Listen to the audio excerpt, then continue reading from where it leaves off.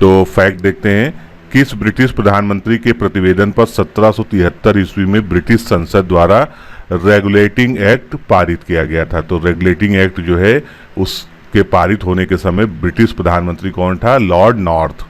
1773 के regulating act के अंतर्गत किसे बंगाल का गवर्नर जनरल बनाया गया था? तो इस एक्ट के तहत पहला बंगाल का गवर्नर जनरल वॉरेन हेस्टिंग्स को बनाया गया था। कर्मचारियों की नियुक्ति के लिए प्रतियोगी परीक्षा या कॉम्पिटिटिव एग्जाम्स को आधार किस अधिनियम के द्वारा बनाया गया था? 1853 के चार्टर एक्ट के द्वारा। भारत में कंपनी शासन का अंत किस अधिनियम से हुआ था? तो कंपनी शासन का अंत यानी ईस्ट इंडिया कंपनी द्वारा जो शासन हो रहा था उसका अंत 1857 के विद्रोह के बाद 1858 के अधिनियम के द्वारा किया गया था। भारत में 1858 में कंपनी शासन के अंत के पश्चात शासन संचालन की शक्ति किसमें निहित हो गई थी? तो भारत का मंत्री होता था जो इंग्लैंड की गवर्नमेंट द्वारा नियुक्त किया जाता था, और उसके साथ 15 सदस्यीय भारत परिषद होती थी। भारत परिषद के सदस्यों यानी 15 की नियुक्ति कौन करता था? तो इसमें से 8 सदस्य सम्राट के द्वारा नियुक्त होते थे तथा 7 जो है बोर्ड के डायरेक्टरों के द्वारा नियुक्त किए जाते थे। भारतीय मामलों पर किस अधिनियम के द्वारा सीधे ब्रिटिश संसदीय नियंत्रण स्थापित हो गया था? तो कंपनी का शासन खत्म करने के बाद 1858 के अधिनियम के द्वारा सीधे ब्रिटिश संसदीय नियंत्रण भारत की शासन व्यवस्था पर हो गया था। पिट्स इंडिया एक्ट 1784 द्वारा स्थापित बोर्ड ऑफ डायरेक्टर्स तथा बोर्ड ऑफ कंट्रोल को किस अधिनियम के द्वारा समाप्त किया गया? तो पिट्स इंडिया एक्ट में जो बोर्ड ऑफ डायरेक्टर और बोर्ड ऑफ कंट्रोल स्थापित हुए थे वो भी 1858 के अधिनियम के द्वारा समाप्त कर दिए गए थे। फेडरल या संघीय न्यायालय की स्थापना किस अधिनियम के द्वारा भारत में हुई थी? भारत शासन अधिनियम 1935 के द्वारा भारत में एक संघीय न्यायालय की स्थापना की गई थी। कोलकाता में उच्चतम न्यायालय की स्थापना किस अधिनियम के अंतर्गत हुई थी? तो कोलकाता में उच्चतम न्यायालय की स्थापना 1773 के रेगुलेटिंग एक्ट के द्वारा की गई थी। उच्चतम न्यायालय जो कोलकाता में था, कितने न्यायाधीश सदस्य थे तथा मुख्य न्यायाधीश कौन था? तो कोलकाता उच्चतम न्यायालय में 4 सदस्य थे, जिनमें एक मुख्य न्यायाधीश सर एलिजा इम्पे थे। बंगाल का प्रथम गवर्नर जनरल वॉरेन हेस्टिंग्स था। रेगुलेटिंग एक्ट 1773 के तहत कोलकाता में उच्चतम न्यायालय की स्थापना 1773 एक्ट के अंतर्गत की गई थी, लेकिन 1774 में ये स्थापित हुआ था। ईस्ट इंडिया कंपनी पर संसदीय नियंत्रण का प्रथम प्रयास किस अधिनियम के द्वारा किया गया था? रेगुलेटिंग एक्ट 1773 के द्वारा। 1765 ईस्वी को एंग्लो इंडियन इतिहास का युग प्रवर्तक काल किसने कहा था? एल्बर्ट ने। किस एक्ट के द्वारा सर्वोच्च न्यायालय की अधिकारिता से गवर्नर जनरल इन काउंसिल को मुक्त कर दिया गया था? तो सन 1781 के सेटलमेंट एक्ट के द्वारा सर्वोच्च न्यायालय की अधिकारिता से गवर्नर जनरल इन काउंसिल को मुक्त कर दिया था। सर्वोच्च न्यायालय की राजस्व अधिकारिता को किस एक्ट के द्वारा समाप्त किया गया? तो 1781 के ही सेटलमेंट एक्ट के द्वारा सर्वोच्च न्यायालय की राजस्व अधिकारिता यानी जो रेवेन्यू संबंधी उसके अधिकार थे उसको समाप्त कर दिया गया था। सर्वप्रथम किस गवर्नर जनरल को तथा किस अधिनियम द्वारा गवर्नर जनरल तथा मुख्य सेनापतियों दोनों की शक्तियां प्रदान की गई थीं? 1786 के अधिनियम के अंतर्गत लॉर्ड कॉर्नवालिस को गवर्नर जनरल और मुख्य सेनापति दोनों प्रकार की शक्तियां प्राप्त हुई थीं। किस अधिनियम के द्वारा भारत के गवर्नर जनरल का नाम बदलकर वायसराय कर दिया गया था? तो 1858 का जो अधिनियम आया था उसके अंतर्गत गवर्नर जनरल को वायसराय कहे जाने लगा था। भारत के शिक्षित वर्ग द्वारा अपने अधिकारों का मैग्ना कार्टा किसको कहा गया? ब्रिटिश महारानी विक्टोरिया द्वारा 1 नवंबर 1858 की जो घोषणा की गई थी उसको अधिकारों का मैग्ना कार्टा कहा गया है। भारत में प्रतिनिधि शासन की शुरुआत किस अधिनियम के द्वारा की गई थी? भारत परिषद अधिनियम 1861 के द्वारा भारत में प्रतिनिधि शासन की शुरुआत की गई थी। भारत में शासन के विकेंद्रीकरण की नींव किस अधिनियम के द्वारा पड़ी? 1861 के अधिनियम के द्वारा भारत में विकेंद्रीकरण की नींव पड़ी। भारत के गवर्नर जनरल को अध्यादेश जारी करने की शक्ति भारतीय परिषद अधिनियम 1861 के तहत प्रदान की गई। कई बार ये क्वेश्चन पूछा जा चुका है रिपीट होके। प्रांतों में द्वैध शासन प्रणाली किस एक्ट द्वारा समाप्त की गई? 1935 के एक्ट के द्वारा प्रांतीय द्वैध शासन प्रणाली को समाप्त कर दिया गया था। द्वैध शासन प्रणाली की असफलता की जांच के लिए एक समिति गठित हुई थी, जिसका अध्यक्ष कौन था? Sir Alexander Moody man. केंद्र एवं प्रांतों में प्रशासनिक शक्ति का विभाजन किस अधिनियम के द्वारा किया गया? 1919 के अधिनियम के द्वारा केंद्र में और प्रांतों में प्रशासनिक शक्ति का विभाजन किया गया था। भारत सचिव तथा उसकी परिषद का वेतन भारतीय राजस्व से दिया जाना कब बंद किया गया? 1919 में। ब्रिटिश भारत में महिलाओं को सर्वप्रथम मताधिकार यानी वोट डालने की शक्ति कब दी गई? 1919 में। सांप्रदायिक आधार पर निर्वाचन प्रणाली में सिखों पर भी लागू कर दी गई थी, यानी सिखों को भी उसमें शामिल कर लिया गया था 1919 के अधिनियम के द्वारा। कौन सा अधिनियम प्रस्तावना विहीन था? भारत शासन अधिनियम 1935। इसमें अपनी कोई प्रस्तावना नहीं थी, इसमें 1919 के अधिनियम की ही प्रस्तावना को जोड़ दिया गया था। भारत में संघ सरकार की स्थापना का प्रस्ताव किस अधिनियम में दिया गया था? तो भारत में संघीय शासन व्यवस्था की स्थापना के लिए भारत सरकार अधिनियम 1935 में प्रस्ताव किया गया था। भारत में संघीय सरकार क्यों नहीं स्थापित की जा सकी? क्योंकि देशी रियासतें संघ में शामिल नहीं हुई, उन्होंने जो है संघ में शामिल होने से मना कर दिया था। केंद्र में द्वैध शासन व्यवस्था किस अधिनियम द्वारा लागू की गई थी? भारत शासन अधिनियम 1935 के द्वारा द्वैध शासन व्यवस्था केंद्रीय सरकार में लागू की गई थी। भारत शासन अधिनियम 1935 के द्वारा प्रांतों में किस प्रकार की शासन व्यवस्था स्थापित की गई थी? तो प्रांतों में स्वायत्त शासन व्यवस्था भारत शासन अधिनियम 1935 के द्वारा प्रारंभ हुआ था। भारत शासन अधिनियम 1935 द्वारा केंद्र और प्रांतों में शक्तियों का विभाजन का स्वरूप क्या था? तो केंद्र और प्रांतों में जो है कोई अधिकारों को 3 सूचियों में बांटा गया था, जिसमें संघ सूची में 59 विषय थे, प्रांतीय सूची में 54 विषय और समवर्ती सूची में 36 विषय थे। फूट डालो राज करो की नीति का पोषक अधिनियम किसको माना जाता है? भारत परिषद अधिनियम 1909, क्योंकि इसमें जो है सांप्रदायिक निर्वाचन की जो है व्यवस्था को और ज्यादा बढ़ा दिया गया था। भारतीय सदस्यों को पूरक प्रश्न यानी सप्लीमेंट्री क्वेश्चंस पूछने का अधिकार कब दिया गया था? 1909 के अधिनियम के द्वारा भारतीय सदस्यों को विधानसभा विधान परिषद में जो है पूरक प्रश्न पूछने का अधिकार प्राप्त हो गया था। इंग्लैंड की भारत परिषद के में नियुक्त होने वाले प्रथम भारतीय कौन कौन थे? केसी गुप्ता तथा सैयद हुसैन विलग्रामी। ये जो है इंग्लैंड स्थित भारत परिषद जो इंडियन काउंसिल थी उसमें नियुक्त होने वाले प्रथम भारतीय सदस्य थे। प्रांतों में शासकीय बहुमत किस अधिनियम के द्वारा समाप्त हो गया? 1909 के अधिनियम के द्वारा। केंद्र में द्विसदनीय व्यवस्था किस अधिनियम के द्वारा की गई? केंद्र में द्विसदनीय व्यवस्था भारत सरकार अधिनियम 1919 के द्वारा लागू की गई थी। प्रांतों में उत्तरदायी एवं द्वैध शासन की स्थापना 1919 के अधिनियम के द्वारा की गई थी। द्वैध शासन का जन्मदाता कौन माना जाता है? लियोनिल कॉर्टिस। लियोनिल कॉर्टिस को द्वैध शासन का जन्मदाता माना जाता है। सर्वप्रथम अपनी पुस्तक डायरकी में द्वैध शासन व्यवस्था का वर्णन किसने किया है? लियोनिल कॉर्टिस ने, जिसने जो है द्वैध शासन मत का प्रतिपादन भी भारत में किया था। भारत सचिव के कार्यभार को कम करने के लिए हाई कमिश्नर किस अधिनियम द्वारा नियुक्त किया गया था?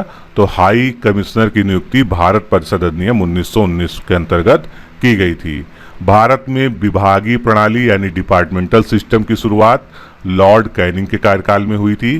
भारत में मंत्रिमंडलीय व्यवस्था का जन्मदाता वायसराय लॉर्ड कैनिंग को ही माना जाता है। भारत में आंशिक रूप से सर्वप्रथम संसदीय व्यवस्था का प्रारंभ किस अधिनियम में दृष्टिगत होता है?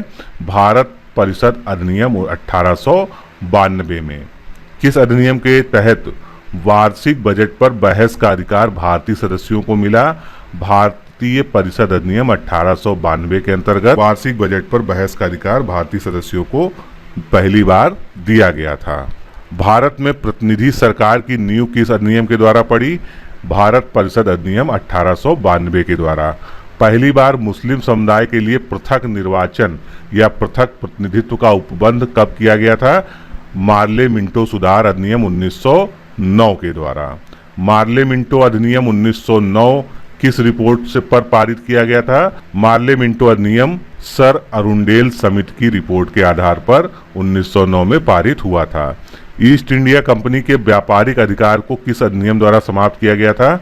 1833 के राजलेख या चार्टर एक्ट 1833 के द्वारा। भारत का प्रथम गवर्नर जनरल कौन था? लॉर्ड विलियम बेंटिक, ये भारत का प्रथम गवर्नर जनरल था। किस अधिनियम के द्वारा गवर्नर जनरल की परिषद में विधि सदस्य की नियुक्ति का प्राविधान हुआ?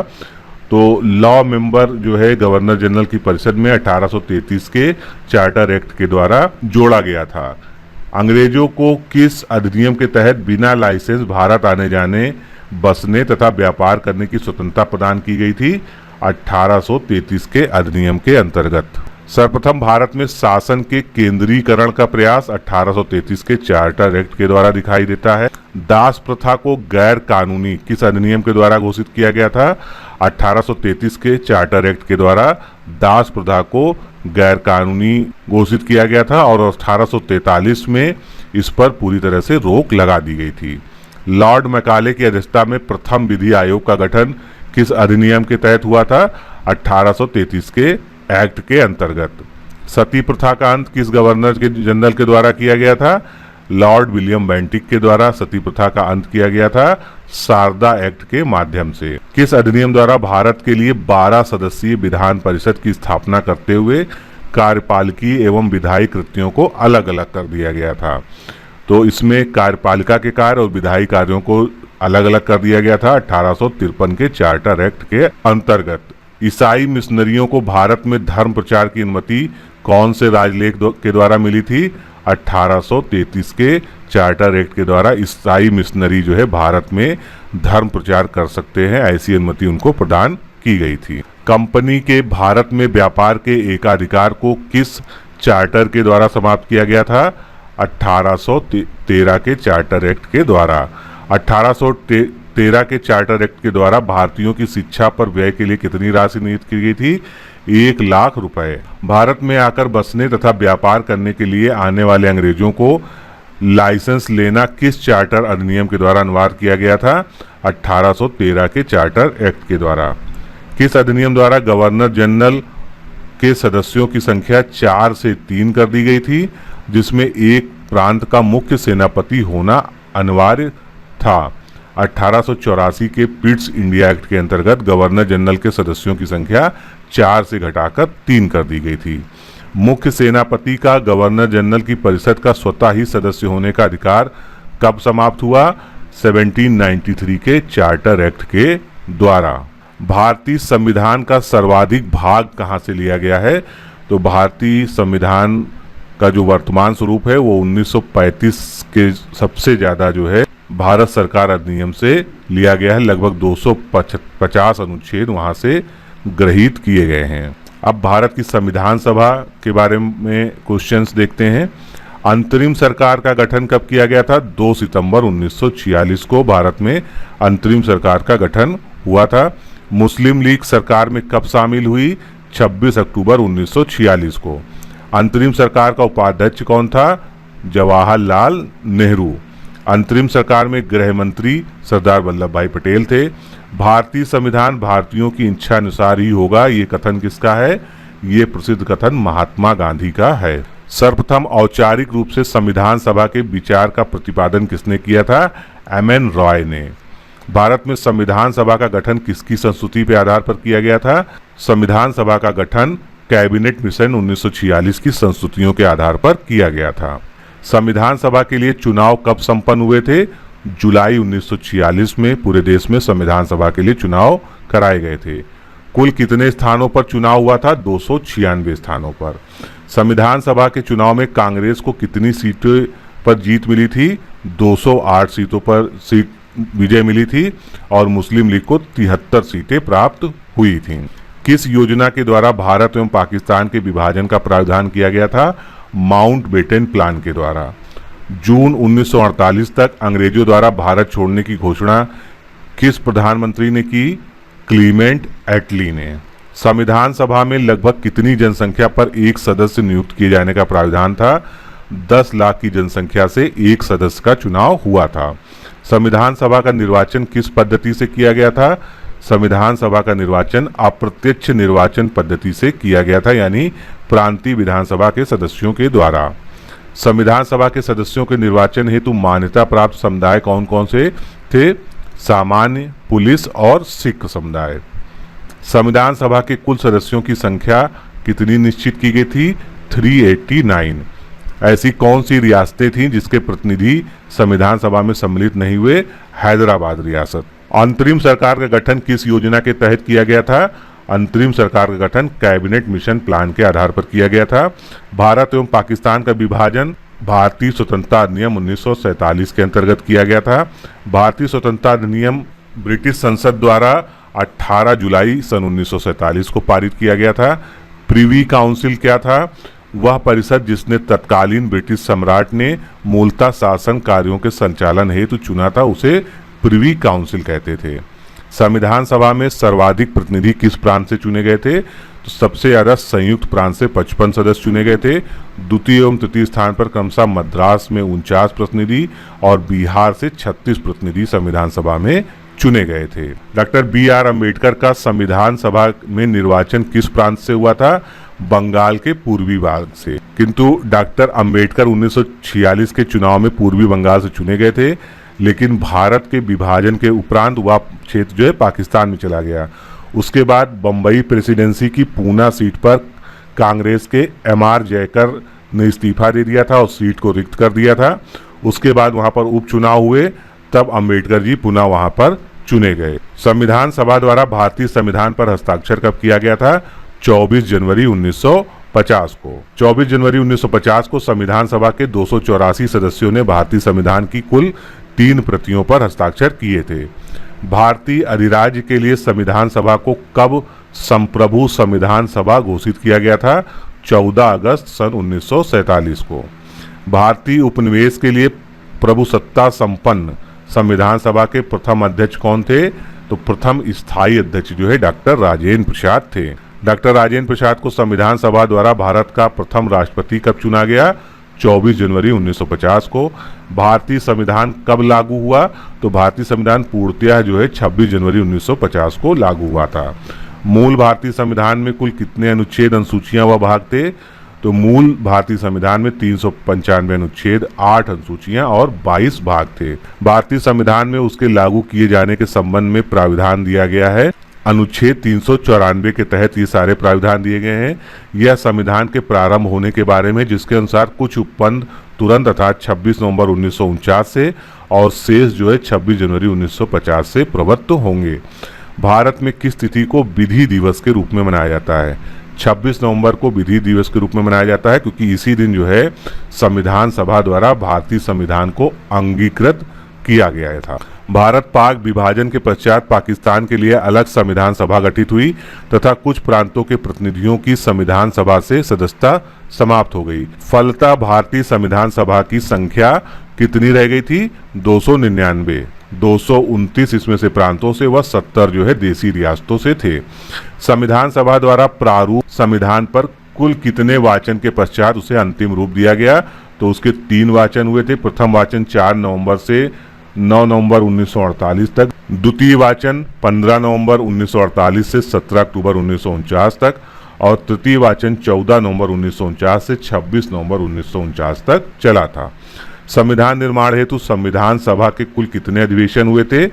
12 अधिवेशन कुल हुए थे और अधिवेशन की कुल अवधि 165 दिन थी। संविधान सभा द्वारा कुल कितने दिन संविधान के प्रारूप पर विचार विमर्श किया गया था? 114 दिन। भारतीय संविधान को संविधान सभा द्वारा 26 नवंबर 1949 को अंगीकृत या एडॉप्ट किया गया था। संविधान निर्माण में कुल कितने दिन लगे? 2 वर्ष 11 माह 18 दिन का समय लगा था। संविधान सभा की अंतिम बैठक 24 जनवरी 1950 को हुई थी। संविधान सभा की पहली बैठक 9 दिसंबर 1946 को अस्थायी अध्यक्ष डॉक्टर सच्चिदानंद सिन्हा की अध्यक्षता में हुई थी, किंतु मुस्लिम लीग में इस बैठक में भाग नहीं लिया था, यानी बहिष्कार किया था। संविधान सभा का स्थायी अध्यक्ष किसे और कब चुना गया था? तो डॉक्टर राजेंद्र प्रसाद को स्थायी अध्यक्ष संविधान सभा द्वारा चुना गया था 11 दिसंबर 1946 को। उद्देश्य प्रस्ताव को संविधान सभा द्वारा कब स्वीकृति प्रदान की गई थी? 22 जनवरी 1947 को। स्वतंत्र भारत की संविधान सभा का अध्यक्ष कौन था? डॉक्टर राजेंद्र प्रसाद। डॉक्टर अंबेडकर की अध्यक्षता में 7 सदस्यीय प्रारूप समिति या ड्राफ्ट कमेटी का गठन कब किया गया था? 29 अगस्त 1947 को। संविधान के प्रारूप समिति के सदस्य जेपी खेतान की मृत्यु के बाद उसका सदस्य किसको बनाया गया था? टी कृष्णामाचारी को। संघ संविधान समिति का अध्यक्ष कौन था? पंडित जवाहरलाल नेहरू। प्रांतीय संविधान समिति के अध्यक्ष कौन थे? सरदार वल्लभ भाई पटेल। ज्ञातव्य है कि सरदार पटेल अल्पसंख्यक और मूलाधिकार समिति के भी अध्यक्ष थे। संविधान सभा के संवैधानिक सलाहकार बीएन राव ने संविधान का प्रथम प्रारूप कब प्रस्तुत किया था? अक्टूबर 1947 में। संविधान सभा का अस्थायी अध्यक्ष किसे चुना गया था? डॉक्टर सच्चिदानंद सिन्हा को। संविधान सभा का स्थायी अध्यक्ष डॉक्टर राजेंद्र प्रसाद को 11 दिसंबर 1946 को चुना गया था। उद्देश्य प्रस्ताव में कुल कितने अनुच्छेद थे? 8 अनुच्छेद थे उद्देश्य प्रस्ताव में। 13 दिसंबर 1946 को उद्देश्य प्रस्ताव किसने प्रस्तुत किया था? पंडित जवाहरलाल नेहरू द्वारा यह प्रस्तुत किया गया था। अब कैबिनेट मिशन के प्रस्ताव पर गठित अंतरिम मंत्रिमंडल जो था उसके बारे में भी देखते हैं, क्योंकि इससे क्वेश्चन पूछे जाते हैं। तो जो अंतरिम मंत्रिमंडल था उसमें पंडित जवाहरलाल नेहरू कार्यकारी परिषद के उपाध्यक्ष थे और विदेशी मामले तथा राष्ट्रमंडल मामलों के मंत्री थे। वल्लभ भाई पटेल गृह सूचना तथा प्रसारण मंत्री थे। बलदेव सिंह रक्षा मंत्री थे। जॉन मथाई उद्योग एवं आपूर्ति मंत्री। सी राजगोपालाचारी शिक्षा मंत्री थे। CH भाभा कार्य खान एवं बंदरगाह मंत्री थे। राजेंद्र प्रसाद खाद्य एवं कृषि मंत्री थे। अरुणा असफ अली रेलवे मंत्री थी और जगजीवन राम इसमें श्रम मंत्री थे। मंत्रिमंडल में शामिल मुस्लिम लीग के सदस्य जो 26 अक्टूबर 1946 को शामिल हुए थे, उनमें लियाकत अली खां को वित्त मंत्रालय मिला था। आई चुंदरीगर को वाणिज्य मिला था। अब्दुल रब नस्तर को संचार या कम्युनिकेशन मंत्रालय मिला था। योगेंद्र नाथ मंडल को विधि और गजांतर अली खां को स्वास्थ्य मंत्रालय का प्रमुख बनाया गया था। स्वतंत्र भारत का पहला मंत्रिमंडल जो 1947 में गठित हुआ था उसकी स्थिति देखते हैं। इसमें पंडित जवाहरलाल नेहरू प्रधानमंत्री थे। राष्ट्रमंडल तथा विदेशी मामलों के और वैज्ञानिक मामलों के मंत्री भी थे। सरदार वल्लभ भाई पटेल गृह सूचना प्रसारण व राज्यों के मामले के मंत्री थे। डॉक्टर राजेंद्र प्रसाद खाद्य एवं कृषि मंत्री थे। मौलाना अबुल कलाम आजाद शिक्षा मंत्री। डॉक्टर जान मथाई रेलवे एवं परिवहन। डॉक्टर BR अम्बेडकर विधि मंत्री थे। जगजीवन राम श्रम मंत्री। सरदार बलदेव सिंह रक्षा मंत्री। राजकुमारी अमृत कौर स्वास्थ्य। CH भाभा वाणिज्य। रफी अहमद किदवई संचार मंत्री। RK षणमुगम रेड्डी जो वित्त मंत्री थे। डॉक्टर श्यामा प्रसाद मुखर्जी उद्योग एवं आपूर्ति मंत्री थे। VN गाडगिल कार्य खान एवं ऊर्जा मंत्री थे। भारतीय संविधान के किस भाग को उसकी आत्मा की संज्ञा प्रदान की गई है? तो भारतीय संविधान के आत्मा प्रस्तावना को कहा जाता है। और डॉक्टर भीमराव अंबेडकर ने अनुच्छेद 32 यानी संवैधानिक उपचारों के अधिकार को संविधान की हृदय और आत्मा कहा है। भारत किस प्रकार का राष्ट्र है? तो भारत एक धर्मनिरपेक्ष राष्ट्र है, क्योंकि यहाँ पर राज्य का कोई अपना धर्म नहीं होता है। धर्मनिरपेक्ष का अर्थ क्या होता है? यानी सभी धर्मों का महत्व स्वीकार करना और राज्य का अपना कोई भी धर्म नहीं होता है। भारत एक धर्मनिरपेक्ष राज्य है। इसका मतलब है कि भारतीय राज्य किसी निश्चित धर्म का समर्थन नहीं करता है, यानी सभी धर्मों का बराबर पालन करता है। गणतंत्र क्या होता है? गणतंत्र राष्ट्र क्या होता है? जहां पर राज्य का अध्यक्ष यानी वंशानुगत रूप से ना हो, यानी वो प्रत्यक्ष या अप्रत्यक्ष रूप से निर्वाचित होता हो। कल्याणकारी राज्य का उद्देश्य क्या होता है? कमजोर वर्गों के लिए कल्याण का प्रबंध करना। भारतीय संविधान में समवर्ती सूची किसके संविधान से ली गई है? तो समवर्ती सूची का जो आइडिया है या प्राविधान है वो ऑस्ट्रेलिया के संविधान से लिया हुआ है। भारतीय संविधान की प्रस्तावना में जिन आदर्शों एवं उद्देश्यों की रूपरेखा दी गई है उसकी आगे व्याख्या की गई है। मूल अधिकारों में, राज्य के नीति निर्देशक सिद्धांतों में एवं मूल कर्तव्यों में। किस वर्ष भारत एक प्रभुता संपन्न प्रजातांत्रिक गणराज्य बना? वर्ष 1950 में। भारतीय संविधान के किस संशोधन द्वारा प्रस्तावना में दो शब्द समाजवादी और धर्मनिरपेक्ष जोड़े गए थे? 42वें संविधान संशोधन के द्वारा प्रस्तावना में समाजवादी और धर्मनिरपेक्ष शब्द जोड़ा गया था। अब भारतीय संविधान के विभिन्न स्रोत क्या हैं, तो एक एक करके देखते हैं। सबसे पहले ब्रिटेन की बात करें तो सबसे ज़्यादा ब्रिटेन से प्रभावित है संविधान।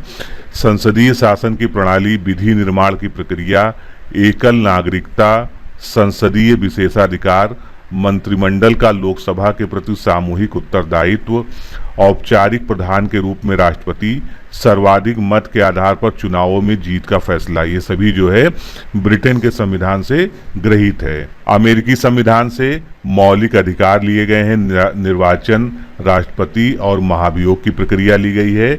उपराष्ट्रपति, स्वतंत्र एवं निष्पक्ष न्यायालय, न्यायिक पुनरावलोकन, सर्वोच्च न्यायालय का गठन एवं शक्तियां, सर्वोच्च व उच्च न्यायालय के न्यायाधीशों को हटाने की विधि, ये सभी अमेरिका के संविधान से ग्रहण किया गया है।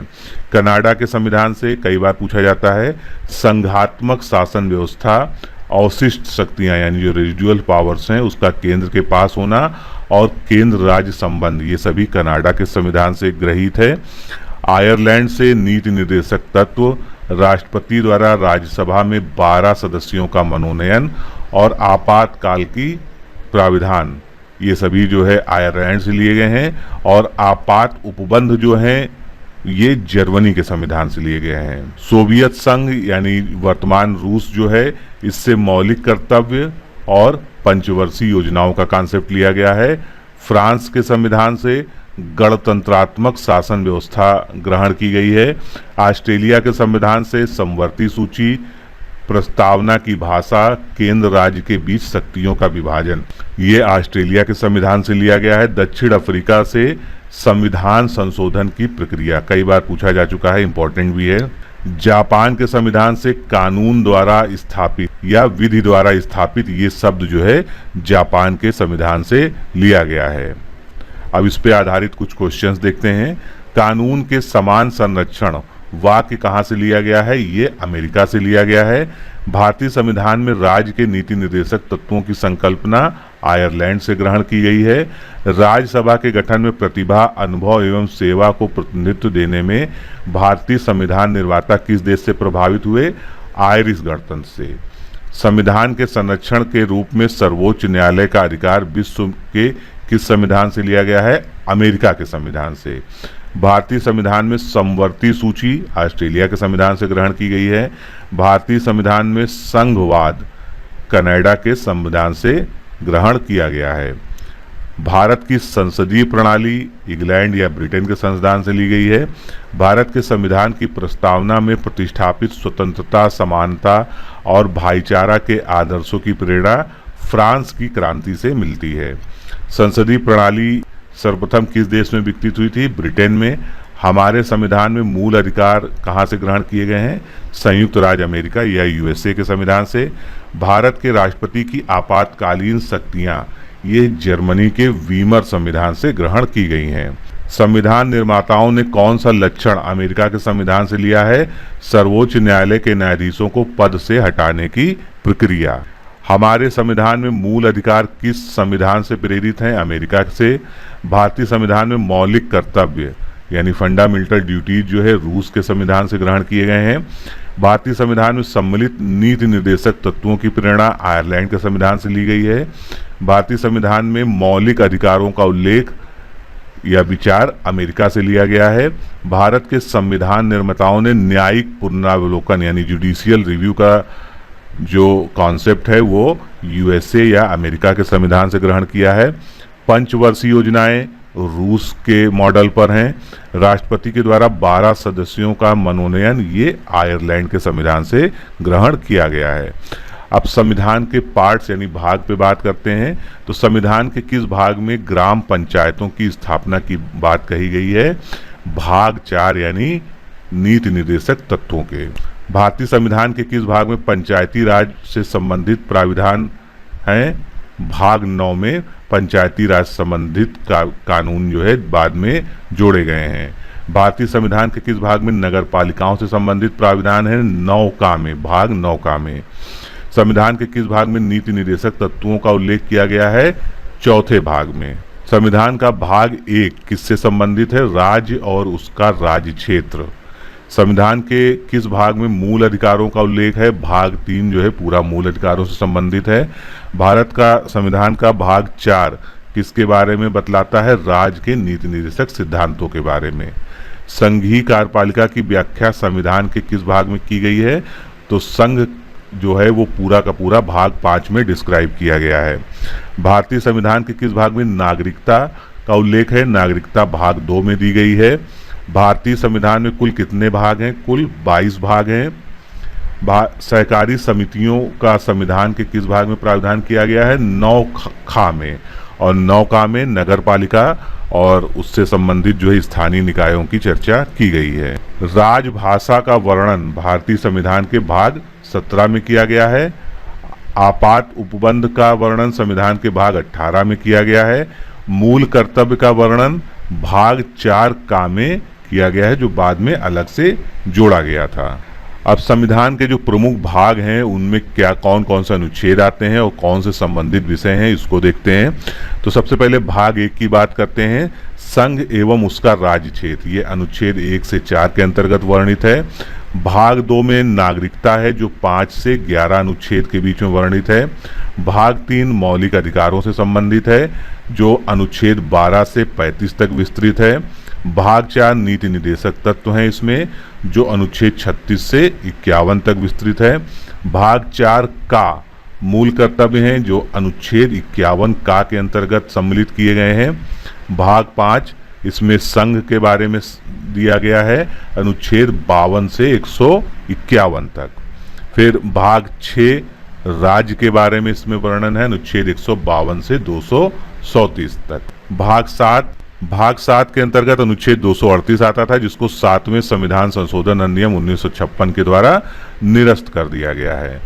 फिर भाग 8 की बात करते हैं, इसमें संघ राज्य क्षेत्र 239 से 242 तक वर्णित हैं। भाग 9 पंचायतें, अनुच्छेद 243 का से 243 अड़ा तक जो है इसका वर्णन किया गया है। भाग 9 का में नगर पालिकाओं को जोड़ा गया है, जो अनुच्छेद 243 ता से 243 या छा तक विस्तृत है। भाग 10 में अनुसूचित जाति अनुसूचित जनजाति के बारे में वर्णन है, जिसका अनुच्छेद 244 से 244 का तक विस्तृत है। भाग 11 संघ और राज्यों के बीच संबंध, अनुच्छेद 245 से 263 के अंतर्गत इसका वर्णन किया गया है। भाग 12 की बात करते हैं, वित्त संपत्ति एवं संविदाएं 264 से 300 तक 300 का तक। भाग 13 में वाणिज्य व्यापार तथा समागम, ये अनुच्छेद 301 से 307 तक वर्णित है। भाग 14 संघ एवं राज्यों के अधीन सेवाएं, अनुच्छेद 308 से 323 तक इसका वर्णन किया गया है। भाग 15 कई बार पूछा जाता है, निर्वाचन से संबंधित है, जिसका प्राविधान 324 से लेकर अनुच्छेद 329 के मध्य किया गया है। भाग 16 में कुछ वर्गों के लिए विशेष उपबंध दिए गए हैं, जो कि 330 से 342 में है। भाग 17 बहुत बार पूछा जाता है, राजभाषा से संबंधित है, अनुच्छेद 343 से लेके 351 तक। भाग 18 इसमें आपातकालीन उपबंध दिए गए हैं, जो अनुच्छेद 352 से 360 में विस्तृत हैं। भाग 19 प्रकीर्ण 361 से 367। संविधान संशोधन के बारे में भाग 20 में वर्णन है, जो कि अनुच्छेद 368 के अंतर्गत आता है। भाग 21 अस्थायी संक्रमणकालीन और विशेष उपबंध इसके अंतर्गत दिए गए हैं, जो अनुच्छेद 369 से 392 के अंतर्गत आते हैं। और अंतिम भाग जो है भाग 22 संक्षिप्त नाम हिंदी में प्राधिकृत पाठ और निरसन, अनुच्छेद 393 से 395। इस तरह संविधान में कुल 22 भाग और 395 अनुच्छेद हैं।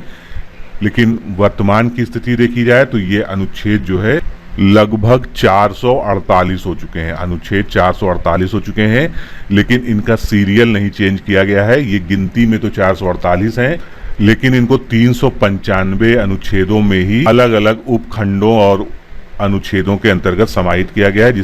कुल गिनती 395 ही है, लेकिन अगर कुल अनुच्छेदों को अलग अलग गिना जाए तो ये 448 हो जाते हैं। अब बात करते हैं भारत के संविधान की जो अनुसूचियां हैं। अनुसूचियों से भी प्रश्न पूछे जाते हैं कि किन अनुसूची में किस प्रकार की व्यवस्था दी गई है, क्या वर्णित किया गया है। तो जो पहली अनुसूची है संविधान की, इसमें भारतीय संघ के घटक राज्य जो 29 हैं और 7 संघीय क्षेत्रों का उल्लेख किया गया है। दूसरी अनुसूची बहुत इंपॉर्टेंट है।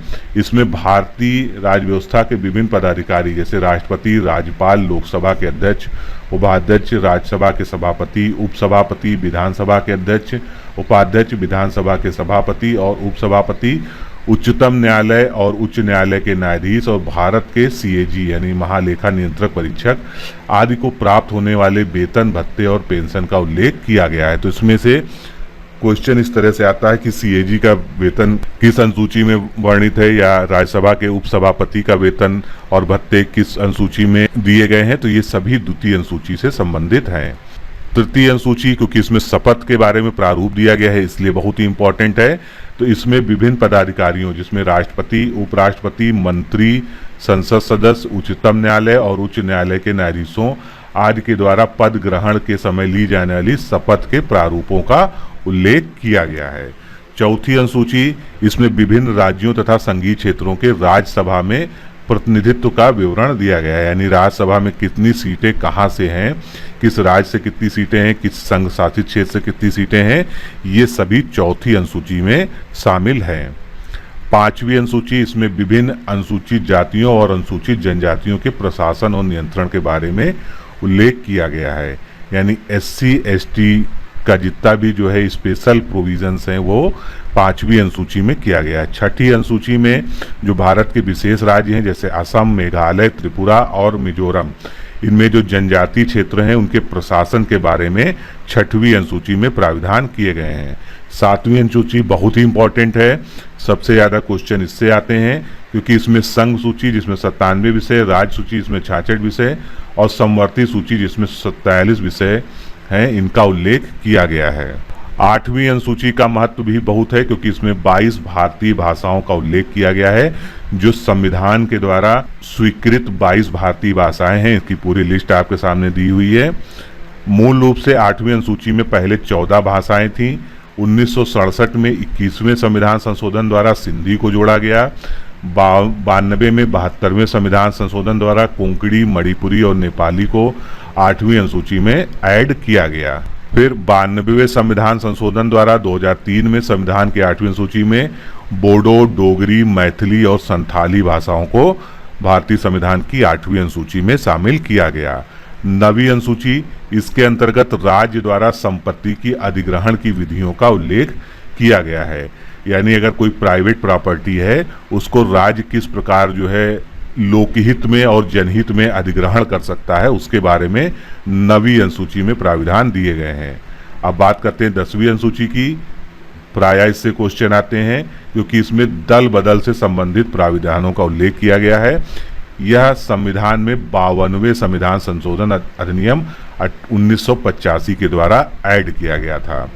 11वीं अनुसूची, इस अनुसूची के आधार पर पंचायती राज व्यवस्था को संवैधानिक दर्जा प्रदान किया गया है, इसलिए 11वीं अनुसूची का एक विशेष महत्व है। यह अनुसूची संविधान के 73वें संविधान संशोधन अधिनियम 1993 के द्वारा संविधान में जोड़ी गई थी। 12वीं अनुसूची, इस अनुसूची के आधार पर शहरी क्षेत्र की स्थानीय स्वायत्त संस्थाओं का उल्लेख किया गया है और उन्हें संवैधानिक दर्जा प्रदान किया गया है। यह संविधान संशोधन यानी 74वें संविधान संशोधन अधिनियम द्वारा यह अनुसूची 1993 में जोड़ी गई थी। संघ एवं उसका राज्य क्षेत्र से संबंधित कुछ फैक्ट्स देखते हैं इंपॉर्टेंट, किसके अनुसार संघ को परिसंघ कहना आवश्यक नहीं था। संविधान सभा के अनुसार संघ को परिसंघ कहना आवश्यक नहीं था। भारत संघ का क्या नाम है? भारत संघ को संविधान में भारत अर्थात इंडिया कहकर पुकारा गया है। प्रथम अनुसूची में विनिर्दिष्ट भारत संघ के सदस्यों को क्या कहा जाता है? उन्हें राज्य कहा जाता है, जिसका विवरण अनुच्छेद 1-2 में दिया गया है। भारत के राज्य क्षेत्र में सम्मिलित क्षेत्र कौन कौन से हैं? राज्यों के राज्य क्षेत्र, संघ राज्य क्षेत्र तथा सरकार द्वारा अर्जित किए जाने वाले राज्य क्षेत्र, जिसके बारे में व्यवस्था अनुच्छेद 1 उप अनुच्छेद 3 में दी गई है। किस अनुच्छेद से यह स्पष्ट होता है कि भारतीय संघ के किसी भी राज्य को पृथक होने का अधिकार नहीं है? अनुच्छेद 1 के द्वारा, क्योंकि भारत राज्यों का संघ होगा और एक अविनाशी संघ होगा, यानी कोई भी राज्य अपनी मर्जी से जो है इससे बाहर नहीं जा सकता है। भारत संघ विदेशी राज्य क्षेत्र अर्जित कर सकता है, इसका वर्णन अनुच्छेद 1(3) गा के अंतर्गत किया गया है। भारतीय संविधान के तहत संघ के कितने प्रकार के क्षेत्र सम्मिलित हैं? तो इसमें कुल 3 प्रकार के क्षेत्र हैं, राज्यों के राज्य क्षेत्र, संघ राज्य क्षेत्र और ऐसे अन्य क्षेत्र जो बाद में अर्जित किए जाएंगे। 56वां संविधान संशोधन अधिनियम 1987 द्वारा 25वां राज्य का दर्जा किसको दिया गया था? गोवा को। फिर 36वें संविधान संशोधन अधिनियम 1975 द्वारा 22वां राज्य सिक्किम को घोषित किया गया था। संविधान के 69वें संशोधन अधिनियम 1991 द्वारा स्थापित किया गया राज्य कौन सा है? दिल्ली। पुडुचेरी को संविधान के किस संविधान संशोधन द्वारा भारत में शामिल किया गया? तो 14वां संविधान संशोधन 1962 के द्वारा पुडुचेरी को भारत संघ में शामिल किया गया। भारतीय संविधान के उद्देश्यों को प्रतिबिंबित करने वाला कौन सा भाग है? संविधान की प्रस्तावना। जहां संविधान की भाषा संदिग्ध या अस्पष्ट है, वहां संविधान निर्माताओं के आशय को जानने के लिए किसका अध्ययन करना चाहिए? प्रस्तावना का। पेंथिक लॉरेंस, स्ट्रैफोर्ड क्रिप्स, ए.बी. अलेक्जेंडर तथा विलियम वुड्स में कौन सा कैबिनेट मिशन का सदस्य नहीं था? तो इसमें से विलियम वुड्स जो है ये कैबिनेट मिशन में शामिल नहीं थे। संविधान लागू होने के समय संघ से संबद्ध राज्यों की कितनी श्रेणियां मौजूद थी? तो उस समय 4 श्रेणियां थी, आ, बा, सादा या जिसको ABCD भी कह सकते हैं। संविधान लागू होने पर अर्जित किए गए राज्य क्षेत्रों को किस श्रेणी में रखा गया? द श्रेणी में। 7वें संविधान संशोधन 1956 के द्वारा राज्यों को निर्धारित श्रेणियां कितनी रखी गई? 2, संघ और उनका राज्य और संघ राज्य क्षेत्र। 2, संघ और संघ राज्य क्षेत्र। यद्यपि यह संविधान संरचना की दृष्टि से परिसंघीय हो सकता है, फेडरल हो सकता है, परंतु कुछ निश्चित उद्देश्यों के प्रारूप समिति ने इसे संघ कहा है। ये विचार किसने व्यक्त किया था? Doctor B.R. अम्बेडकर ने। Doctor B.R. अम्बेडकर ने यह विचार स्पष्ट करते हुए कहा कि उनके अनुसार इसके क्या 2 लाभ हैं। भारत संघ निर्माण किसी समझौते के तहत नहीं हुआ है। संघ इकाइयों को संघ से अलग होने का कोई भी अधिकार नहीं है। संघ राज्य क्षेत्रों का प्रशासन किसके द्वारा किया जाता है? राष्ट्रपति या उनके द्वारा नियुक्त प्रशासक के द्वारा संघ राज्य क्षेत्रों का प्रशासन किया जाता है। राष्ट्रपति द्वारा किसी राज्य के राज्यपाल को पड़ोसी संघ राज्य क्षेत्र के प्रशासक नियुक्त किए जाने की स्थिति में प्रशासक राज्यपाल किस प्रकार कृत्य करेगा? अपनी मंत्रिपरिषद से स्वतंत्र रूप से, जिसका वर्णन जो है अनुच्छेद 239 के अंतर्गत किया गया है। किस अनुच्छेद के तहत भारत द्वारा अर्जित राज्य क्षेत्र संघ में राज्य के रूप में गठित किया जा सकता है या किया जाएगा? अनुच्छेद 2 के अनुसार। संघ में नए राज्यों के प्रवेश या उनकी स्थापना की शक्ति किसे प्रदान की गई है? संसद को। भारतीय नागरिकता का संविधान के किस भाग में वर्णन मिलता है? तो भारतीय नागरिकता संविधान के भाग 2 में दी गई है। क्या अधिवास शब्द संविधान में परिभाषित किया गया है? तो आपने देखा होगा कि नागरिकता संबंधी प्राविधानों में प्रायः अधिवास शब्द जो है बार बार आता है, लेकिन संविधान में इसको कहीं भी परिभाषित नहीं किया गया है। किसी व्यक्ति के नागरिक बनने के लिए अधिवास के साथ ही क्या आवश्यक है? तो न्यूनतम 5 वर्ष तक देश में निवास करना ये उसके लिए आवश्यक है। क्या किस वाद में न्यायालय ने अधिवास द्वारा प्राप्त भारतीय नागरिकता को बनाने का अभिनिर्णय प्रदान किया था? तो एक बहुत ही फेमस कोर्ट केस हुआ था, माइकल बनाम स्टेट ऑफ बॉम्बे। इसमें अधिवास द्वारा नागरिकता प्राप्त करने के लिए प्राविधान का निर्णय हाई कोर्ट के द्वारा दिया गया था। अवयस्क का अधिवास पिता का अधिवास होता है तथा पत्नी अपने पति के अधिवास का अनुसरण करती है। यह किस वाद में विनिश्चित किया गया? करीमुन्निया बनाम मध्य प्रदेश राज्य के वाद में यह डिसीजन दिया गया था। विधवा अपने पूर्व पति का अधिवास तब तक रखती है जब तक कि वह स्वयं इसे परिवर्तित न कर दे। ये वाद किससे संबंधित है? तो ये प्रकाश बनाम साहनी वाद में इस तरह का निर्णय दिया गया था। पाकिस्तान से प्रव्रजन करके आए व्यक्तियों की नागरिकता संबंधी प्राविधान किस अनुच्छेद में दिए गए हैं? तो संविधान के अनुच्छेद 6 में पाकिस्तान से प्रव्रजन करके भारत में आए गए नागरिकों के बारे में प्राविधान दिया गया है। पाकिस्तान को प्रव्रजन, यहाँ पर क्या है, पाकिस्तान जो इंडिया से पाकिस्तान की तरफ गए, तो पाकिस्तान को प्रव्रजन करने वाले लोगों की नागरिकता के बारे में प्राविधान अनुच्छेद 7 में दिए गए हैं। संसद को नागरिकता के अर्जन और समाप्त तथा नागरिकता से संबंधित अन्य विषयों से संबंधित किसी भी संबंध में विधि बनाने की शक्ति किस अनुच्छेद में दी गई है, तो नागरिकता पर विधि बनाने का जो अधिकार है वो संसद को अनुच्छेद 11 के अंतर्गत प्राप्त है। नागरिकता संशोधन अधिनियम 1985 के द्वारा पंजीकरण की अवधि को 6 माह से बढ़ाकर कितना कर दिया गया है, 5 वर्ष। भारतीय संविधान द्वारा किस प्रकार की नागरिकता की व्यवस्था की गई है, तो भारत की संविधान में केवल एकल नागरिकता की व्यवस्था है। क्या भारतीय संविधान में नागरिकता को परिभाषित किया गया है? भारतीय संविधान में नागरिकता शब्द को परिभाषित नहीं किया गया है।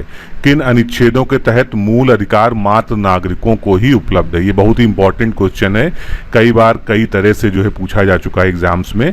तो अनुच्छेद 15, 16, 19, 29 और 30 ये ऐसे अनुच्छेद हैं, 5 अनुच्छेद जिनके तहत जो है मूल अधिकार केवल भारतीय नागरिकों को ही प्राप्त है, इसमें विदेशी नागरिक जो है नहीं आते हैं। मात्र नागरिकों के द्वारा ही धारित किए जा सकने वाले पद कौन कौन से हैं, तो भारत के राष्ट्रपति का पद जो अनुच्छेद 58 में है, उपराष्ट्रपति का पद अनुच्छेद 66 में, सर्वोच्च न्यायालय तथा उच्च न्यायालय के न्यायाधीश, राज्यपाल का जो है अनुच्छेद 157 है, महान्यायवादी का पद अनुच्छेद 76 के तहत और महाधिवक्ता का पद अनुच्छेद 165 के अंतर्गत। ये सभी पद ऐसे हैं जो कि केवल नागरिकों के द्वारा ही धारित किए जा सकते हैं। संविधान अंगीकृत किए जाने यानी 26 नवंबर 1949 के साथ ही नागरिकता संबंधी तत्काल प्रभाव से लागू किए जाने वाले अनुच्छेद कौन कौन से थे, तो नागरिकता से संबंधित अनुच्छेद 5, 6, 7, 8 और 9 ये 26 नवंबर 1949 को ही प्रभावी हो गए थे। प्रवासी भारतीयों को दोहरी नागरिकता देने की सिफारिश करने वाली उच्च स्तरीय समिति का अध्यक्ष कौन थे? लक्ष्मीमल सिंघवी। कोई विदेशी भारत सरकार के देशीयकरण के लिए आवेदन करके भारतीय नागरिकता अर्जित कर सकेगा। इसके लिए अधिवास आवश्यक कितना रहेगा, यानी उसने लगातार 10 वर्ष तक भारत में निवास किया हो, तब वो देशीकरण के आधार पर जो है भारत में नागरिकता अर्जित कर सकता है। किसी व्यक्ति की नागरिकता समाप्त हो सकती है किन कारणों से, या तो वो स्वयं त्याग दे या उसने पर्यावसन कर लिया हो, यानी यहाँ से माइग्रेट कर गया हो, और अगर उसको जो है विधिवत तरीके से वंचित किया जाए नागरिकता से, तो इन सब तरीकों से नागरिकता जो है उस व्यक्ति की समाप्त की जा सकती है। प्रवासी भारतीयों को दोहरी नागरिकता देने की सिफारिश को सरकार ने अपनी सैद्धांतिक सहमति कब प्रदान की थी? वर्ष 2003 में। दोहरी नागरिकता किस आधार पर प्रदान की जाएगी? प्रवासी भारतीय के आवेदन करने पर उसे दोहरी नागरिकता प्रदान की जाएगी। दोहरी नागरिकता वाले प्रवासियों को कौन से अधिकार प्राप्त नहीं होंगे? लोकतांत्रिक व्यवस्था के तहत होने वाले निर्वाचनों में भाग लेने अथवा मतदान करने तथा रोजगार के अवसर, ये सभी जो है दोहरी नागरिकता यानी प्रवासी भारतीयों को प्राप्त नहीं होंगे। दोहरी नागरिकता का अधिकार किस प्रयोजन के लिए जुड़ा होगा? भावनात्मक जुड़ाव से, क्योंकि जो भारतीय मूल के विदेशी नागरिक हैं वो भारत से यानी अपने मूल देश से भावनात्मक रूप से जुड़े रहें, ये जो है दोहरी नागरिकता प्रदान करने का मूल उद्देश्य है। विधि द्वारा प्रत्येक व्यक्ति के पैदा होने पर प्रदत्त किया गया अधिवास क्या कहलाता है? मूल अधिवास। केंद्रीय विधानमंडल तथा राज्य विधानमंडलों के प्रतिनिधियों को चुनाव का मताधिकार तथा इन संस्थाओं के सदस्यों को बनने के अधिकार संविधान द्वारा किन्हें प्रदान किए गए हैं? केवल भारतीय नागरिकों को, यानी जो भारत के नागरिक हैं वही जो है इन वैधानिक अधिकारों का उपयोग कर सकते हैं। भारतीय संविधान में नागरिकता संबंधी उपबंधों की विवेचना किस भाग में की गई है? भाग 2 में। संविधान में नागरिकता संबंधी उल्लेख किन वर्गों के लोगों के बारे में किया गया है? जो संविधान प्रवृत्त होने के समय भारतीय नागरिक माने गए थे। नागरिकता संबंधी कुछ विशेष संरक्षण किन्हें प्रदान किया गया है? कश्मीर तथा जनजातीय क्षेत्रों के जो निवासी हैं उन्हें कुछ विशेष जो है नागरिकता संबंधी संरक्षण प्रदान किया गया है। अधिवास द्वारा नागरिकता का उपबंध किस अनुच्छेद में है? इंपॉर्टेंट फैक्ट है ये, अनुच्छेद 5 में अधिवास द्वारा नागरिकता के बारे में उपबंध दिया गया है। अब मूल अधिकार के क्वेश्चंस को देखते हैं। संविधान के किस भाग को भारत के नागरिकों का अधिकार पत्र या मैग्ना कार्टा कहा जाता है? भाग 3, जिसमें मूल अधिकारों का उल्लेख किया गया है। सर्वप्रथम मूल अधिकारों को पूर्ण संवैधानिक स्तर प्रदान करने वाला देश कौन सा है? अमेरिका। मूल अधिकार किस प्रकार के अधिकार माने जाते हैं? ये संविधान प्रदत्त अधिकार हैं, यानी ये संवैधानिक अधिकार हैं। प्रोन्नति पदों पर अनुसूचित जाति तथा अनुसूचित जनजाति के लिए आरक्षण की व्यवस्था किसके अंतर्गत दी गई है? अनुच्छेद 16 के 4A में दी गई है। संविधान में कमजोर वर्गों के संरक्षण के लिए प्राविधान किसमें किया गया है? अनुच्छेद 15 में। शिक्षण संस्थाओं में अनुसूचित जातियों और जनजातियों के पक्ष में स्थानों में आरक्षण का उपबंध कहां पर किया गया है? अनुच्छेद 15(4) के अंतर्गत SC/ST को रिजर्वेशन दिया गया है शिक्षण संस्थानों में। Protection of civil rights act 1955 के अधिनियम का आधार क्या है? अनुच्छेद 17। कार्योत्तर विधियों से संरक्षण प्रदान करने वाला संवैधानिक अनुच्छेद कौन सा है? अनुच्छेद 20(1). दोहरे दंड से संरक्षण, ये अनुच्छेद 20(2) में दिया गया है। किस अनुच्छेद में राज्य को लोक सेवाओं में विभिन्न श्रेणियां सृजित करने का अधिकार मिलता है? अनुच्छेद 16 के अंतर्गत। पिछड़े वर्गों को आरक्षण के लिए आयोग स्थापित करने की शक्ति किसमें निहित है? राष्ट्रपति। राष्ट्रपति जो है पिछड़े वर्गों के लिए एक आयोग का गठन कर सकता है, जो कि हो भी चुका है। अभी हमने ऊपर देखा था कि जो भारतीय नागरिक हैं केवल उनको प्राप्त जो है कौन से मूल अधिकार हैं, तो यहाँ पर क्वेश्चन है कि गैर नागरिकों को भी प्रदत्त मौलिक अधिकारों से संबंधित अनुच्छेद कौन से हैं? तो अनुच्छेद 14, 20, 21, 23, 24, 25, 26, 28 ये सभी जो है गैर नागरिकों को भी प्राप्त हैं। 6 से 14 वर्ष की आयु के बीच के सभी बच्चों या शिशुओं को शिक्षा का अधिकार मूल अधिकार के रूप में दिया गया है, जो कि अनुच्छेद 21 का में वर्णित है। वह अनुच्छेद जिन्हें साथ मिलाकर पढ़ने से प्रस्तावना में प्रयुक्त समाजवाद शब्द को समान कार्य के लिए समान वेतन का मौलिक अधिकार परिभाषित करने की उच्चतम न्यायालय को शक्ति प्राप्त हुई है। तो अगर अनुच्छेद 14 को अनुच्छेद 16 के साथ मिलाकर पढ़ा जाए तो समान कार्य के लिए समान वेतन जो है एक मौलिक अधिकार के रूप में परिभाषित किया जा सकता है। संविधान का वह संदर्भ जिसकी सर्वोच्चता सुनिश्चित करना भारतीय संविधान के अनुच्छेद 13 का मुख्य उद्देश्य है। तो अनुच्छेद 13 यही वर्णित करता है कि मौलिक अधिकार सर्वोपरि है। राज्य जो है बिना विधि के उचित प्राधिकार के किसी भी मौलिक अधिकार से किसी भी नागरिक को वंचित नहीं कर सकता है, और अगर वो ऐसा कोई प्रयत्न करता है कि किसी भी नागरिक का मौलिक अधिकार छीना जा रहा हो तो वह प्रारंभ से ही शून्य होगा, यानी नल एंड वाइड होगा। भारतीय संविधान का वह अनुच्छेद जिसके द्वारा विधायन सत्ता पर पूर्ण नियंत्रण लगाया जाता है, अनुच्छेद 14 के अंतर्गत। भारतीय संविधान का वह अनुच्छेद जिसके द्वारा अंतर्राज्यीय व्यापार की स्वतंत्रता नियमित की गई है, तो अंतर्राज्यीय व्यापार की स्वतंत्रता अनुच्छेद 19(1) में डी से ई के मध्य दी गई है, और इसके साथ में अनुच्छेद 301 से लेकर 307 तक भी जो है अंतर्राज्यीय व्यापार की स्वतंत्रता के बारे में उपबंध दिए गए हैं। विधि के समक्ष समानता के अधिकार को भाग 3 से हटाकर संविधान में अन्यत्र कहीं रखने संबंधी संविधान संशोधन कानून को भारतीय सर्वोच्च न्यायालय द्वारा किस आधार पर असंवैधानिक घोषित किया जा सकता है? तो अगर भाग 3 से जो है विधि के समक्ष समता को हटाया जाता है तो ये भारत के संविधान के आधारभूत ढांचे का उल्लंघन माना जाएगा, और इस आधार पर जो है इसको सुप्रीम कोर्ट निरस्त कर देगा। मूल अधिकारों का संरक्षक किसे माना जाता है?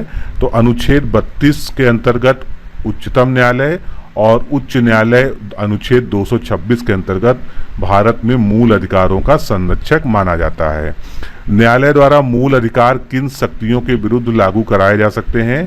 कार्यपालिका तथा विधायिका के विरुद्ध। गोलकनाथ बनाम पंजाब राज्य के बाद में न्यायमूर्ति सुब्बा राम द्वारा अभिव्यक्त मत किस अन्य मामले की पुष्टि की गई है? तो जो गोलकनाथ बनाम पंजाब राज्य में निर्णय दिया गया था उसी का जो है पुष्टि मेनका गांधी बनाम भारत संघ के मामले में उसकी पुष्टि की गई थी। संविधान में मूल अधिकार किस भाग में उल्लिखित है? भाग 3 में मूल अधिकारों का विस्तृत वर्णन है। मूल अधिकार किन पर निर्बंधन स्वरूप है? राज्य की विधायी तथा कार्यपालिका शक्ति पर निर्बंधन आरोपित करता है मूल अधिकार। भारतीय संविधान में समानता का अधिकार 5 अनुच्छेदों द्वारा प्रदान किया गया है। वो कौन से हैं? तो अनुच्छेद 14 से लेकर 18 तक जितने भी मूल अधिकार हैं वो समानता के अधिकार के अंतर्गत वर्गीकृत किए जाते हैं। नैसर्गिक न्याय का नियम या नेचुरल जस्टिस का जो नियम है ये किसमें दिया गया है? अनुच्छेद 14 में। संविधान के किस अनुच्छेद में राज्य को महिलाओं तथा बच्चों के लिए विशेष उपबंध बनाने की शक्ति दी गई है? अनुच्छेद 15(3) में। किस अनुच्छेद में लोक सेवाओं में अवसर की समानता के सामान्य नियम उपबंधित हैं? अनुच्छेद 16(1) और 16(2) में लोक सेवाओं में अवसर की समानता के बारे में सामान्य नियम दिए गए हैं। किसी पूरी जाति को पिछड़े वर्गों की सूची में कब शामिल किया जा सकता है? जब संपूर्ण जाति सामाजिक और शैक्षणिक दृष्टि से पिछड़ी हुई हो। अनुसूचित जाति तथा अनुसूचित जनजाति के वर्गों के लिए सरकारी सेवाओं में प्रोन्नति में आरक्षण की शक्ति राज्य को प्रदान की गई है 77वें संविधान संशोधन अधिनियम 1995 तथा अनुच्छेद 16 में संशोधन कर। अनुच्छेद 14 में विधियों का समान संरक्षण, ये एक वाक्यांश जो है वहां पर लिखा गया है, तो ये किस देश के संविधान से लिया गया है? अमेरिका से लिया गया है, जबकि विधि के समक्ष समता शब्द का जो प्रयोग हुआ है वो ब्रिटिश संविधान से लिया गया है। तो दोनों में थोड़ा सा माइन्यूट अंतर है। विधियों का समान संरक्षण अमेरिका के संविधान से लिया गया है वाक्यांश, और विधि के समक्ष समता ये ब्रिटिश संविधान से लिया गया है। विधि के समान संरक्षण वाक्यांश का क्या तात्पर्य है?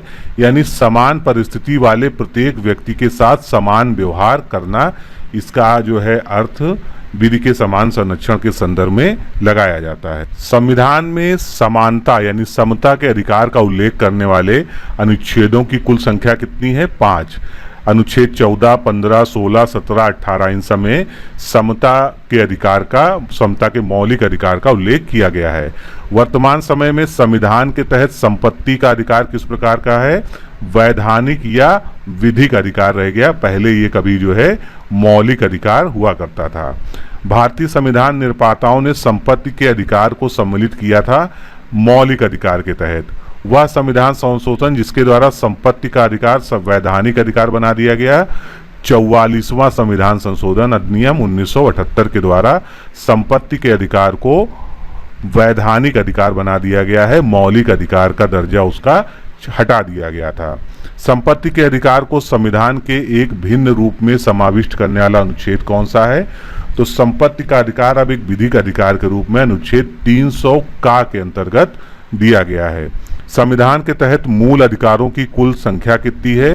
तो संविधान के तहत जो है मूल अधिकारों को 6 ग्रुप्स में बांटा गया है, जिसमें समानता का अधिकार आता है 14 से 18 तक, फिर स्वतंत्रता का अधिकार 19 से 22 तक अनुच्छेद, शोषण के विरुद्ध अधिकार जो हमें 24 और 23 में मिला हुआ है, धार्मिक स्वतंत्रता का अधिकार 25 से 28 अनुच्छेद के बीच में, संस्कृति शिक्षा संबंधी अधिकार 29 और 30 के अंतर्गत हैं, और उसके बाद संवैधानिक उपचारों का अधिकार अनुच्छेद 32 के अंतर्गत है। तो इस तरह से 6 ब्रॉड कैटेगरीज में जो है कुल मूल अधिकारों को बांटा गया है, जो कि भाग 3 में अनुच्छेद 2 से लेके 35 तक जो है सारे मूल अधिकार वर्णित हैं और उनसे संबंधित प्राविधान वर्णित है। अब यहाँ पर मिसप्रिंटिंग दी हुई है कुछ, तो सर्वोच्च न्यायालय अनुच्छेद 32 का अर्थ यहाँ पर है कि जो संवैधानिक उपचारों का अधिकार है वो अनुच्छेद 32 के तहत प्राप्त है, और उच्च न्यायालय में अगर कोई भी मौलिक अधिकार के हनन संबंधी पिटीशन दाखिल होती है तो वो अनुच्छेद 226 के अंतर्गत दाखिल की जाती है।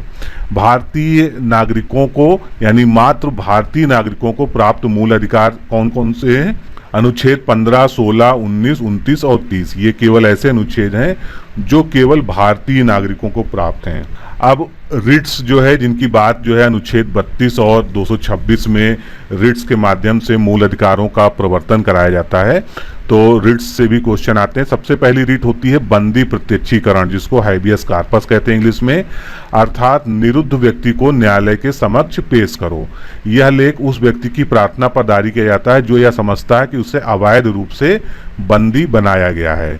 उसके बाद आता है परमादेश या रिट ऑफ मैंडमस। इसके द्वारा न्यायालय किसी व्यक्ति या लोक प्राधिकारी, सरकार हो चाहे वो निगम हो, को उनके लोक कर्तव्य या विधि द्वारा आयोजित कर्तव्य पालन करने के लिए आदेश दिया जाता है। यानी कोई सरकारी अधिकारी ऐसा है जो अपने संविधान द्वारा प्रदत्त अधिकारों का प्रयोग नहीं करता है, जबकि उसको उस मामले में करना चाहिए। ऐसी दशा में जो न्यायालय है वो परमादेश यानी रिट ऑफ मैंडमस जारी करता है। फिर आती है प्रतिषेध की बात। तो प्रतिषेध को इंग्लिश में रिट ऑफ प्रोहिबिशन कहते हैं। यह लेख अधीनस्थ न्यायालयों और न्यायाधिकरणों को अपने क्षेत्राधिकार से बाहर जाने और नैसर्गिक न्याय के नियमों के विपरीत कार्य करने से रोकने के लिए जारी किया जाता है। इसके बाद रिट ऑफ सर्टोरियाई या जिसको हम उत्प्रेषण कहते हैं। यह आज्ञा पत्र अधिकांशतः किसी विवाद को निम्न न्यायालय से उच्च न्यायालय में भेजने के लिए जारी किया जाता है, जिससे वह अपनी शक्ति से अधिक अधिकारों का उपयोग कर सके। फिर उसके बाद आखिरी जो रिट है उसका नाम है अधिकार परीक्षा या इसको क्यो वारंटो कहते हैं, अर्थात आपका अधिकार क्या है। यह लेख ऐसे अधिकारी या व्यक्ति के विरुद्ध जारी किया जाता है जिसने किसी सार्वजनिक पद को धारण किया है, यानी वो कोई पब्लिक अथॉरिटी है और उसको धारण करने से उसका कोई वैध अधिकार नहीं है, यानी वो जो कार्य कर रहा है वो उसकी शक्ति या उसके ज्यूरिसडिक्शन में नहीं आता है। न्यायालय को न्यायिक पुनरावलोकन की शक्ति प्रदान करने वाला अनुच्छेद कौन सा है? अनुच्छेद 13। न्यायिक पुनरावलोकन की शक्ति किन न्यायालयों को प्राप्त है? उच्चतम न्यायालय को तथा उच्च न्यायालय को। न्यायिक पुनरावलोकन का कार्य न्यायालयों की किस अधिकारिकता के अंतर्गत आता है? तो ये जो है साधारण अधिकारिता है उच्च न्यायालय की और उच्चतम न्यायालय की। संविधान के भाग 3 के उपबंधों से असंगत सभी संविधान पूर्व तथा संविधानेतर विधियों को उच्चतम न्यायालय किस शक्ति के तहत असंवैधानिक घोषित कर सकता है? न्यायिक पुनरावलोकन की शक्ति के द्वारा। किस वाद में सर्वोच्च न्यायालय ने आच्छादन का सिद्धांत प्रतिपादित किया था? भीखाजी बनाम मध्य प्रदेश राज्य के वाद में सर्वोच्च न्यायालय द्वारा आच्छादन का सिद्धांत का प्रतिपादन किया गया था। क्या कोई व्यक्ति संविधान के द्वारा प्रदत्त मूल अधिकारों को स्वेच्छा से त्याग सकता है? नहीं, कोई भी जो है अपने मूल अधिकारों को त्याग नहीं सकता है। संविधान की उद्देशिका में निहित समता का आदर्श किस अनुच्छेद में निहित है? तो समता शब्द की जो विस्तृत व्याख्या है या उसका जो आदर्श है, प्रिंसिपल है, वो अनुच्छेद 14 के अंतर्गत दिया गया है। अनुच्छेद 14 में निहित सामान्य नियम के विशिष्ट उदाहरण किन अनुच्छेदों में उपबंधित हैं? अनुच्छेद 15, 16, 17 और 18। ये सभी जो है समता या समानता के अधिकार से संबंधित अनुच्छेद हैं। भारत राज्य क्षेत्र में किसी व्यक्ति को विधि के समक्ष समता से अथवा विधियों के समान